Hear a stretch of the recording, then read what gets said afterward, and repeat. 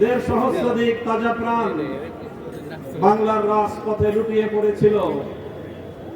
প্রজন্মের বীর যোদ্ধারা বুকের রক্ত দিয়ে বাংলার রাজপথকে ধুয়ে মুছে পবিত্র করেছিল। জুলাই বিপ্লবের চেতনা ছিল বৈষম্যহীন এক নতুন বাংলাদেশ গড়বে। জুলাই বিপ্লবের চেতনা ছিল বুকের রক্ত দিয়ে জীবনের বিনিময়ে বিপ্লব এবং অভ্যুত্থানের মধ্য দিয়ে বিতাড়িত ফ্যাসিবাদ আর বাংলার মাটিতে ফিরে আসতে পারবে না। আমরা আজ 23শে জুন ঐতিহাসিক পলাশী দিবস, যেদিন বিশ্বাসঘাতকতা এবং গাদ্দারির মাধ্যমে বাংলার চির উন্নত স্বাধীন নবাব সিরাজউদ্দৌলার কাছ থেকে বাংলার ক্ষমতার মস্তক কেড়ে নিয়েছিল লর্ড ক্লাইভের দল।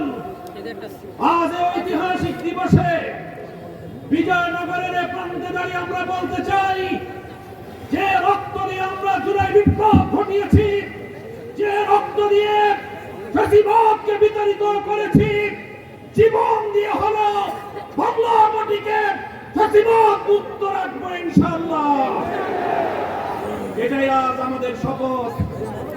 আমরা আমাদের জুলাই বিপ্লব সহ 15 বছরের ফ্যাসিবাদ বিরোধী সংগ্রামের অন্যতম সহযোদ্ধা বাংলাদেশ জাতীয়তাবাদী দল বিএনপি নেতৃবৃন্দের কাছে সবিনয়ে আবেদন করতে চাই, আহ্বান জানাতে চাই, ফ্যাসিবাদের বিরুদ্ধে লড়াই করে বাংলাদেশ স্বাধীনতা অর্জন করেছে।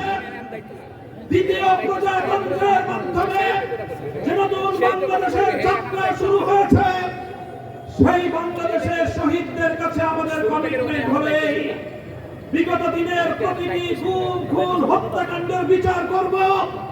আমরা বিচার করব 2009 সালের পিলখানা ট্র্যাজেডির, আমরা বিচার করব আল্লামা দেলোয়ার হোসেন সাঈদীকে মিথ্যা মামলার মাধ্যমে রায় দিয়ে শতপ্রাণকে ছড়িয়ে দেওয়া গণহত্যার, আমরা বিচার করব শাপলা চত্বরে সংগঠিত গণহত্যার, আমরা বিচার করব বিরোধী দলীয় দেশপ্রেমিক নেতৃবৃন্দকে মিথ্যা মামলার